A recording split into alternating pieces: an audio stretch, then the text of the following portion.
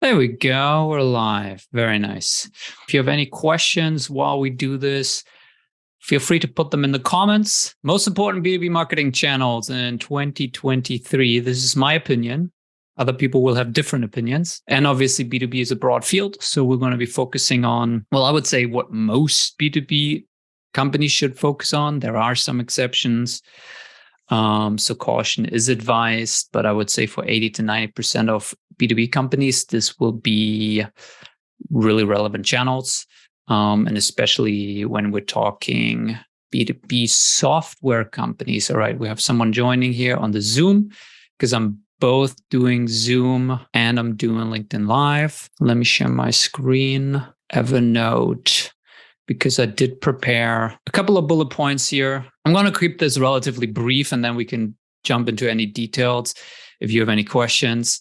And I mainly picked 3 ones because I think these are going to be the most important ones for companies to focus on. These are not necessarily new, but often the new is not necessarily the most important one because it's new. And so first one, LinkedIn organic. Obviously, this is what we do mostly for customers. This is what I do mostly for me. It's nothing new. It's been around for a while. I think it's going to be tougher in 2023, just from the fact that there's more people hopping on, more people creating content, more marketing teams, bigger companies starting to be present on this platform, being active on the platform. And then with the whole ChatGPT thing, there will be just a bunch of garbage content and noise out there. So it's just going to be tougher to grab attention. But I still think that it's the biggest opportunity in B2B right now to be posting organically on LinkedIn. Now, on that point, I think the mistake that I see a lot of people do is they either consider LinkedIn an inbound platform or an outbound platform. So either if they consider it an inbound platform, they're creating content, they're posting text posts and videos and all this stuff, and hoping that someone sees it and then somehow goes to their website and purchases for them. Or if they see it as an outbound channel, they send all kinds of cold messages to people on LinkedIn. They have whole sequences, how they're messaging people, and they basically see it as a sales channel. And I think neither approach is right or wrong. I think the strongest approach is to combine both. And so the way that I think about it is to treat LinkedIn like a 24/7 networking event. So use all the features, right? That means posting, connecting, commenting, messaging, and taking it off the platform. Which means posting means you are creating original content yourself on LinkedIn that you're publishing anywhere between 2 to 5 times a week. Image posts, text posts, video posts, combination of all of them, carousels, trying to add value to your audience, sharing insights, lessons that you learn, tips, tricks, tools that you found, the regular. Right. Then connecting with people, right? So this is kind of a more outbound approach, but really using Sales Navigator, using LinkedIn search function to specifically find people who are potential buyers for you based on job title, industry that they work in, and then connect with them. Not necessarily with a generic message. You might be able to do it with a generic message, but sometimes also just one-on-one, do it manual, look at their profile and connect with them and say something in the connection request of something you saw in their profile. Commenting or engaging means you're not just publishing your own content, but you're engaging with other people's content too. You're using the LinkedIn feed, you're commenting on other people's content, thoughtful comments, not just great posts, thank you for sharing, but also like actually, giving pushback or sharing your own 2 cents or adding on top of what the other person said. 1, to be present in other ways because people see your comments. 2, it's a great way to generate content ideas because if you get a lot of likes on a comment that you did, you can then turn that into a standalone post. And to build connections, right? To network, right? Because if you're commenting on other people's content and you're engaging, and again, do it with relevant people, not like a random viral cat video you saw on LinkedIn, but like other industry experts, your potential customers, your current customers, right? Other people in your industry sharing their own thoughts and insights. So that you're building your network and connections. Messaging, same thing. Obviously reply to messages that people send you, but also like be proactive, right? Like if you see a piece of content by someone else and you really liked it, send them a message saying, hey, I saw your post on topic so-and-so, really loved your thought about it, right? Or ask a follow-up question, say, hey, I saw your post. What do you think about this other thing? Connecting with people, right? Treat it like a networking event. Like if someone says an interesting thing during a networking event, during a conversation, you're not just going to nod your head and move on. You're going to go back and forth. You're going to share your own thoughts, have a question to them, say something nice to them, ask them why they said it, or what their history is, or how they got into this industry, or what they're excited about, or trends that they're thinking about, right? It's both to build connections and to build your network and build relationships, but it's also kind of a market research tool, right? Because if you're doing this with your prospects, with your customers, with other experts in your industry, then you constantly have a pulse on what other people care about and what they're thinking about. And then the last thing, taking it off platform, right? Not everything that starts on LinkedIn has to stay on LinkedIn. You can meet someone for coffee, schedule a Zoom call to get to know each other, meet at a networking event if you're both in the same city, right? Like all of these things, like treat LinkedIn like a 24/7 networking event. And I think that's really the way to stand out, as it's going to get tougher and tougher in 2023 to stand out, because all of these things will fuel your posting strategy, and it takes work, right? And anything that takes actual work is always a good way to stand apart, because most people will just be automating things, auto connecting with people, sending generic messages, spending no time on LinkedIn, or auto engaging with people, sending generic comments like great post. They will have ChatGPT write their content, right? So like anything you can do to put in the work is gonna benefit. And that's what I'm doing too, right? Even with things like this that's being live streamed on LinkedIn right now. And then the last thing that I think is very interesting for B2B companies to think about, which I think more and more companies will start doing, is basically leverage influencer marketing or ambassadors or evangelists. It's all the same thing, just different terms for it, for their B2B marketing. I picked out an example here, which I think is really cool. So this is an example of a company called Bravado, which is a B2B tech-enabled, it's kind of like a software, I think, but it's also a marketplace where people can hire salespeople, I think. But it's a B2B company, right? And so this guy, who's hilarious, he posts these hilarious, funny, sarcastic, ironic videos and posts on LinkedIn. He calls himself Corporate Bro. So it's like a meme persona that he's playing. And you can see that he's getting incredible engagement on some of his content, right? Because it's comedy. It's basically LinkedIn comedy. And he has his own thing going on. But they basically hired him. I don't know the exact setup. I don't know how he's being compensated or whatever, as their head of community. And I think the way to think about this is basically that he is an ambassador or an evangelist or an influencer for this company, right? So I think there are a lot of incredible creators on LinkedIn who have a lot of followers, who get a lot of engagement on their content, and they don't have a lot of things going on. Maybe they're freelancing on their own. Maybe they have a little coaching business.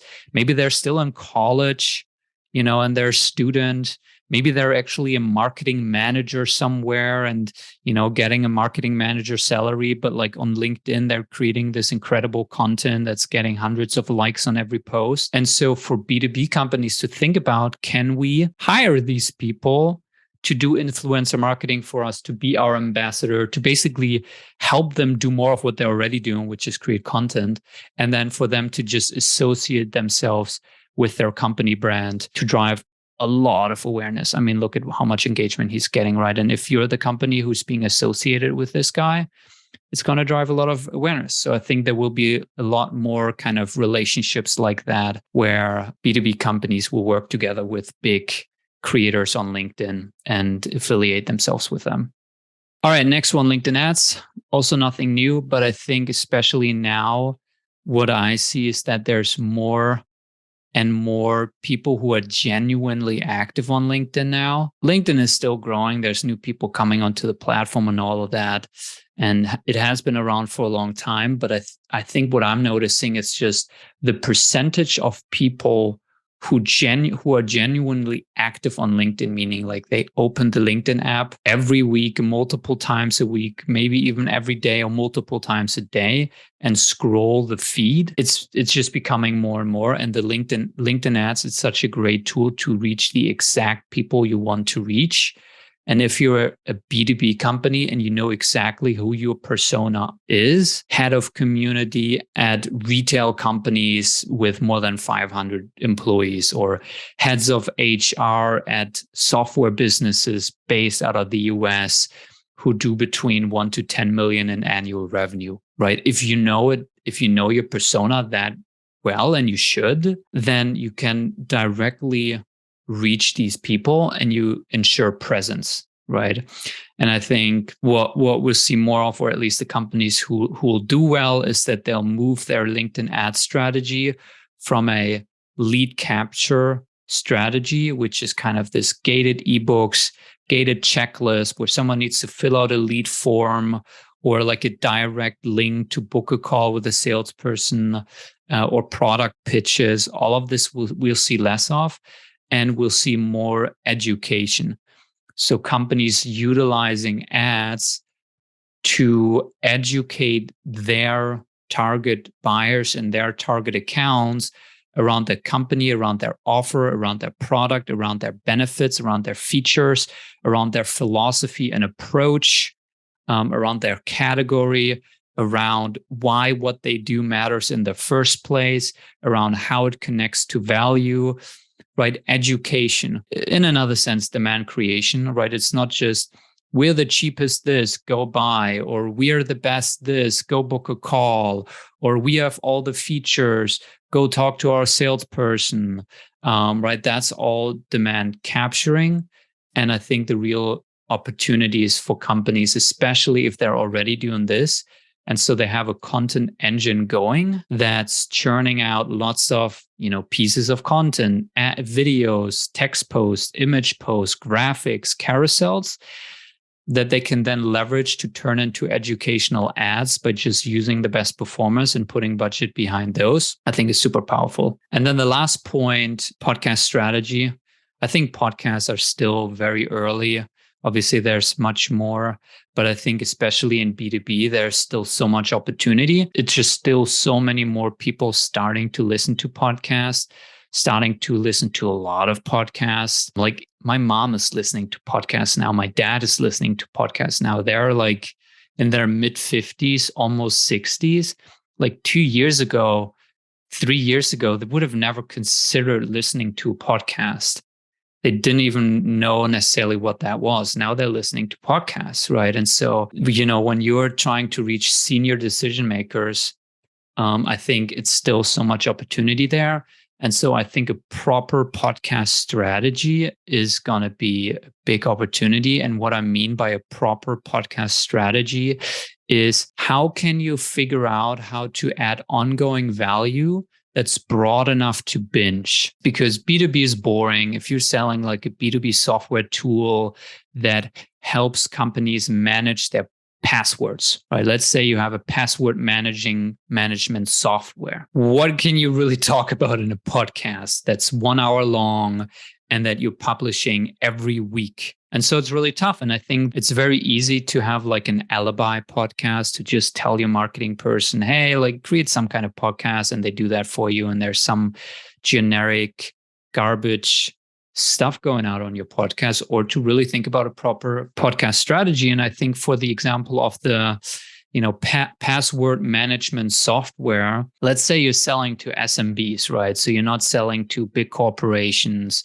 and who have their own head of security or data security or chief information security officers, but you're selling to SMBs. So you're selling into the CEO, basically, the owner, the founder. If you create a 1 hour episode around password management and why it matters and why it's important and how it works and, how, it could damage your company if, passwords get leaked and you get hacked.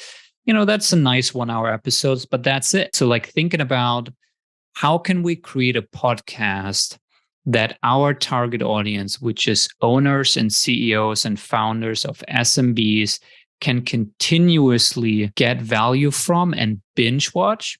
I think that's a really great question to ask. And so in this case, maybe the topic is not password management, but it's data security, right? It's like a slightly broader topic. Maybe the podcast topic is organizational resilience. It's how to be resilient against outside potential harms towards your company, whether that might be hacks or password leaks or something else like a recession or a pandemic or something else, right? That's something that a founder and CEO could come back to every single week and keep listening to. But that's also really hard to create because then you need to figure out how can we actually genuinely add value in the area of organizational resilience. I don't know, I'm making shit up right now. So you need to find an expert.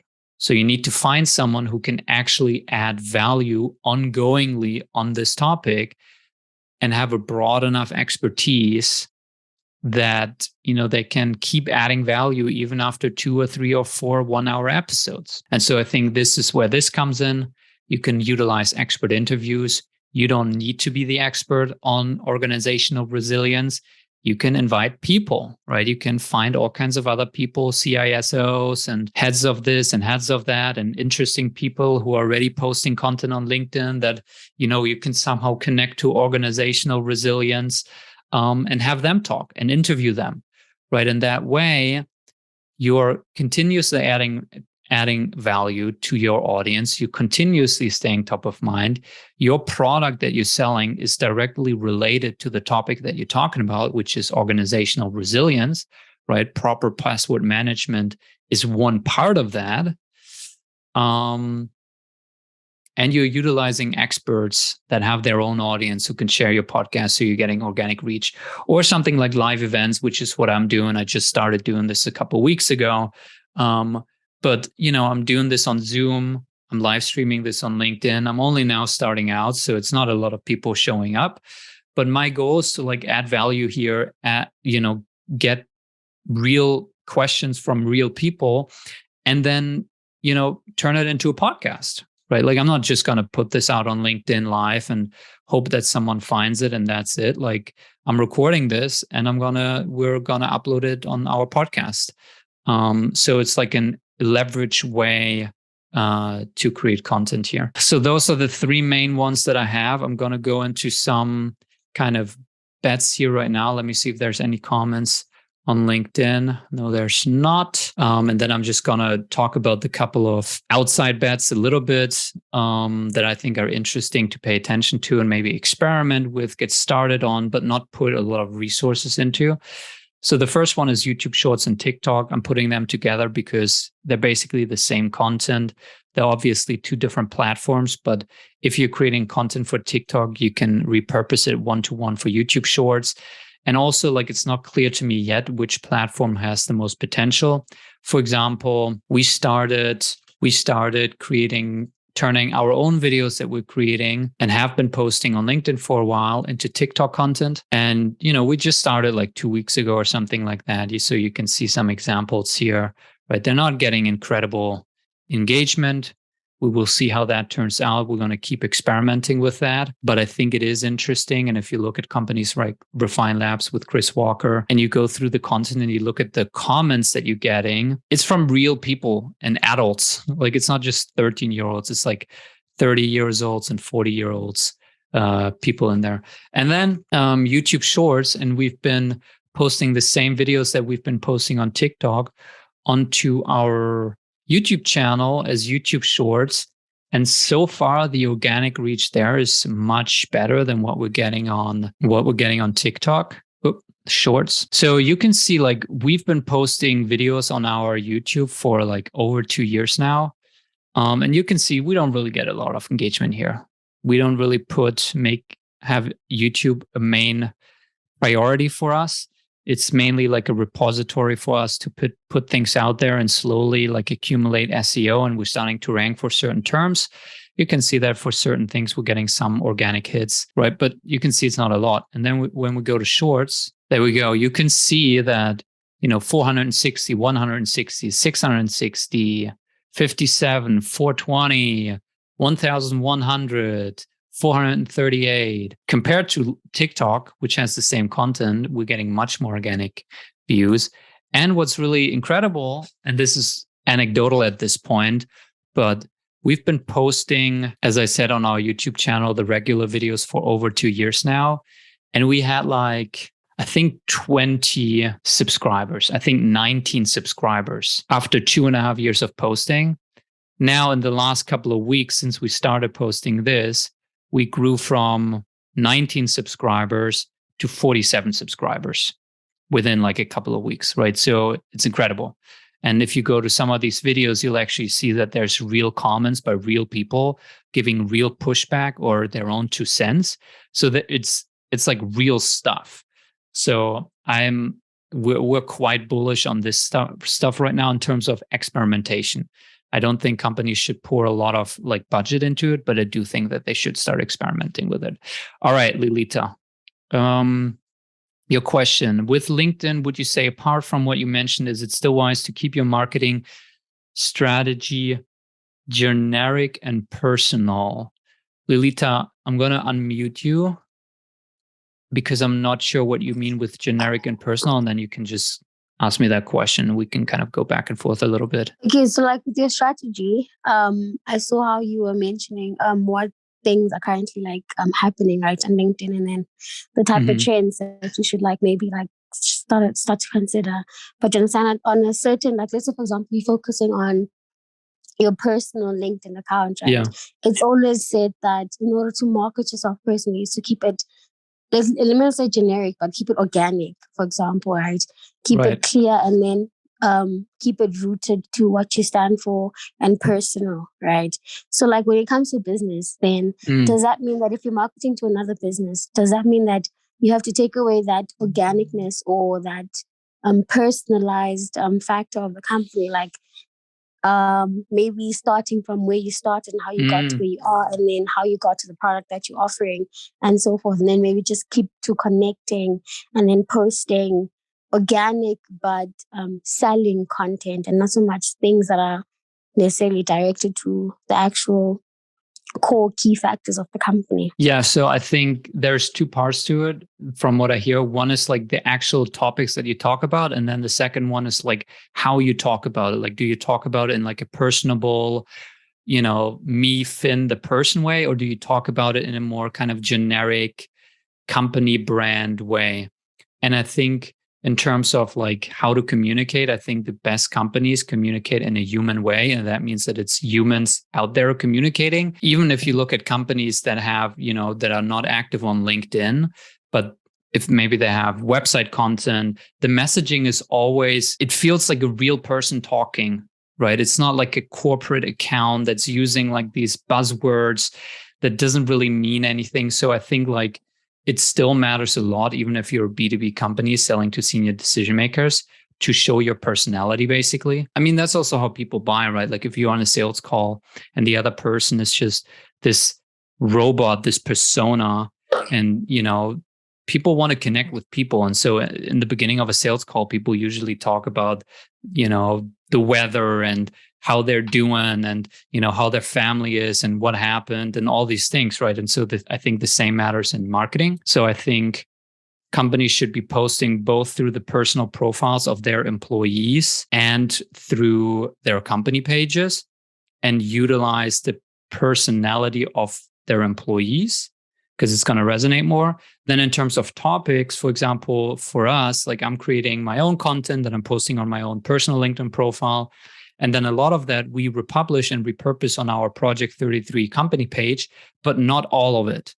So for example, like I talk a lot about marketing and personal branding and LinkedIn, like for example, this stuff that we're doing right now, this content we're repurposing on our company page. But sometimes I talk about personal stuff. I talk about, my hobbies, my side projects, what I got for Christmas, like things that I'm struggling with as a person.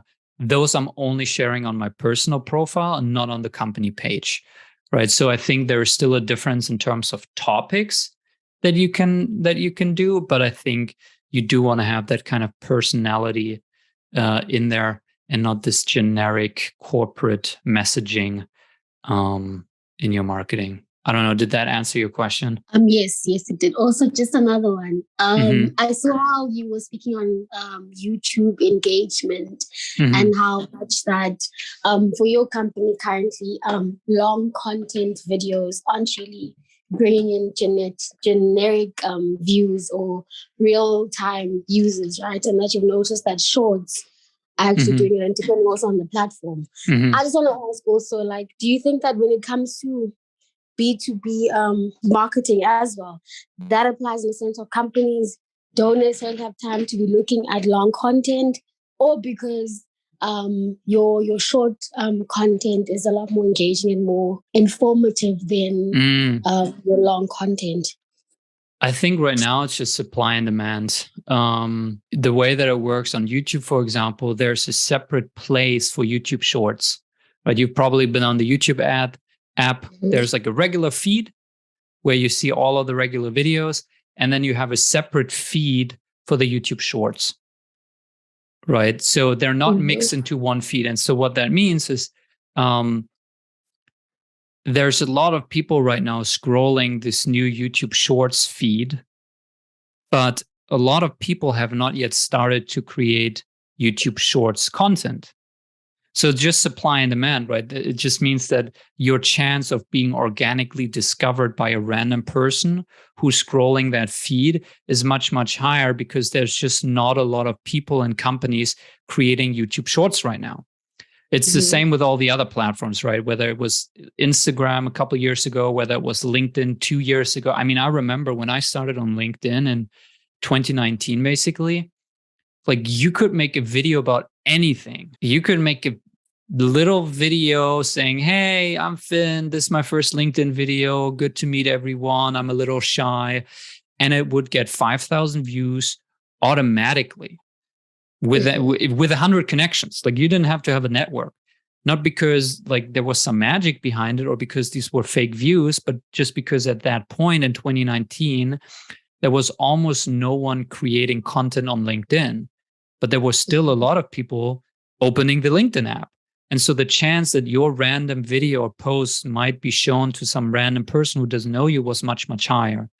Now you have so much more supply, you have so many more people creating content on LinkedIn that it's just much harder to get this organic stuff. It's still much better on LinkedIn compared to things like Instagram. And so the same thing is happening for YouTube Shorts.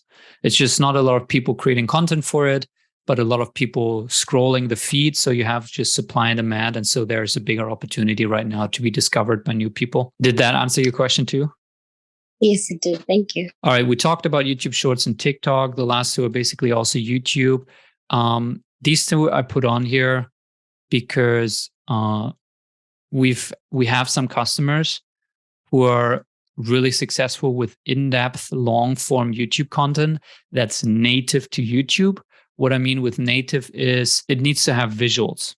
Like a lot of companies that might repurpose their podcast, maybe they have a video podcast and they put it on YouTube because why not? You have a video alongside it. That's already good. We obviously repurpose our own LinkedIn videos on YouTube. As you saw, it's not really crushing it on YouTube, the regular videos, because it's not our main platform. But I think to create long form, in-depth YouTube content, meaning 10-minute plus video length, maybe even longer, 30 minutes, 60 minutes, like really in depth, and having visual content in it so that someone can't listen to an audio version of it in a podcast. They have to watch the video to really get the value from it. For example, by you sharing like visuals or pieces of content or graphs and graphics, or pictures, things that people need to actually look at. I think there's still lots of opportunity there. And same with YouTube ads. We have a customer who's crushing it right now with YouTube ads. They're in the B2B service space. They have a services company, but they're selling to relatively young company owners of e-commerce brands and DTC brands. So they have a specific audience that's maybe different to other B2B companies. Maybe they're more active on YouTube. Personally, I haven't played around with YouTube ads yet, so that's why they're in this section, because I can't vouch for it fully. But we've seen some really incredible results that some of our customers have seen with these things. And so I'm putting it on here because I think there's still a lot of opportunities. And it's not really something that you see a lot of B2B companies pay attention to. Like I think for B2C companies, there's much more in terms of YouTube ads, but B2B companies are not paying as much attention. So I just wanted to highlight these things here. I think those are the main things. Let me check LinkedIn if there's any questions. And then Lolita, if you have any other questions, feel free. And otherwise, I'll wrap it up here. By the way, I do this every 2 weeks. Still experimenting with it in terms of like Zoom and LinkedIn Live.